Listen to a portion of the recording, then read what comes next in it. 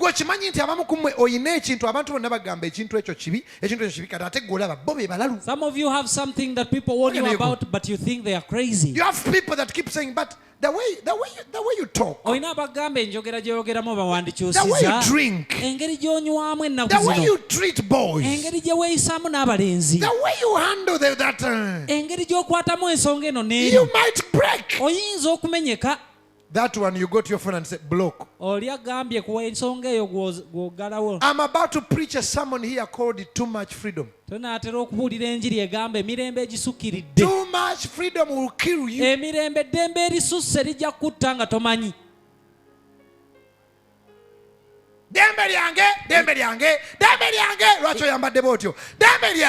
It's my right. Balokole. Now, believers, nothing is as dangerous as a borderless country. My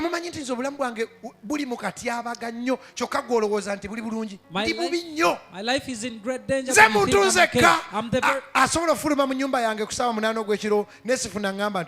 the only person that can get out at 2 p.m. That is terrible. And nobody tells me where you're going.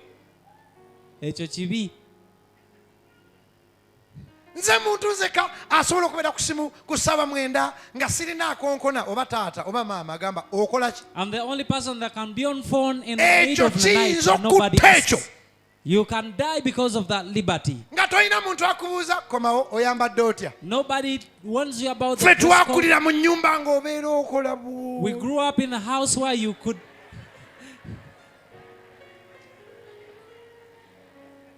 Mwebana mwabawala mulowooza muli bulungi muli Kampala oli mukazi goko teryakonako buli mu bulamu bwo okyaza gw'oyagala ate toyagala gambako bwe bakuuza nga tewasabye ng'eyo kyakyo gikyawa ng'oyambala nga bw'oyagala nga amabero gatekke bweru ng'ofuna ng'oyambaza bunti ng'ofuluma ogenda munaana oyingira 10 eyina eddembe kumbe ntaana. You have too much liberty, you think it's okay, but that is leading to your grave. Katonda akuleetera emikwano egigenda okuyamba okuwangula. May God bring people that will help you overcome. You need somebody who asks you tough questions. Weetaagayo omuntu akubuuza ku bibuuzo ebikakali yadde nga binyiiza.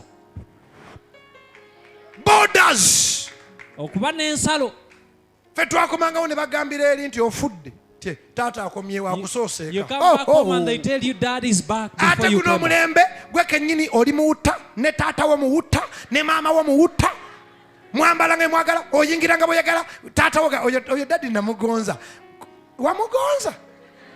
Omulimu gw'alina kukubuuza oyambadde otya ani oyo gw'onyumya naye bavubuka ki abakyala ewaka maama wo omuzzeemu otya lwaki oyambala bw'otyo ova mu nnyumba yaani eyange nga mwogenda bw'otyo saawa mmeka z'okomyewo nva kusaba saawa mmeka z'okomyewo. You need people that can shape you and protect you.